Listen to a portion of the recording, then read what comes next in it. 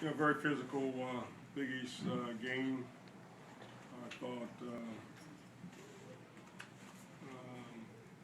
defensively we weren't as good as we needed to be in the first half. I think they shot 59 or 60%, 55 from three, and we just needed to be better. We shot 55% in the first half, and if our defense was a little bit better, maybe we have a little bit of a cushion. I thought we came out in the second half with a much better mindset defensively, played much better defensively with a lot more energy, and turned them over, got ourselves in a situation where we had a little bit of a cushion. And during that stretch late in the second half, we didn't turn the ball over much, but we turned the ball over 3 times and took 2 bad shots in that stretch where they made I scored 10-3 or 11-3 or something like that. That was the critical stretch.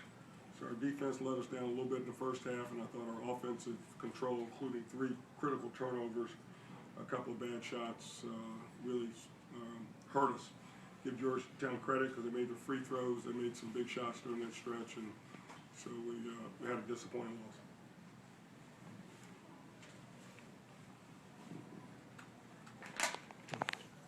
Coach, obviously it's not the performance that you wanted coming down the stretch, but how big was it in terms of momentum when basically you guys stop being aggressive in the last 5 minutes of the game and you guys start settling more for jump shots and three-pointers that weren't necessary?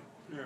Well, again, it wasn't just the fact that we were, and I agree with you. I thought we took 2 or 3 bad shots, but those 3 turnovers were critical, as well. So our offense was not good coming down the stretch last. I don't know exactly what it was. It was 7-8 minute mark leading into the 6-minute game. The offense wasn't good, and we got ourselves down 6, and then we finally got down 10. Now we're really in a scramble mode. Robinson has been on fire from threes the last couple of weeks, and he only took 1 tonight. Kind of took him away from it. Yeah, the team's going to do that, and you got to do other things. You got to get inside. You got to get the offensive glass. You got to do some other things. Teams scout you. Villanova's right on the shoe tops. Georgetown's right on the shoe tops, and the next team may be as well. So you got to do some other things. How does going up against someone as big as Joshua Smith change the game plan inside the paint? Well, we just exposed him, trapped him, and we did a good job of it in the second half. We started the game, and we didn't do it right off the bat. That's something we've gone over for 2 days. But in the second half, obviously we did that. Yeah, he changes. You got to double him because if he gets the ball on the block, he's almost unstoppable there. I thought we did a much better job of that in the second half. What prompted you to start Simmons in the second half?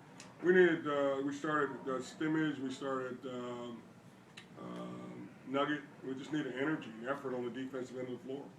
Offense was not our problems.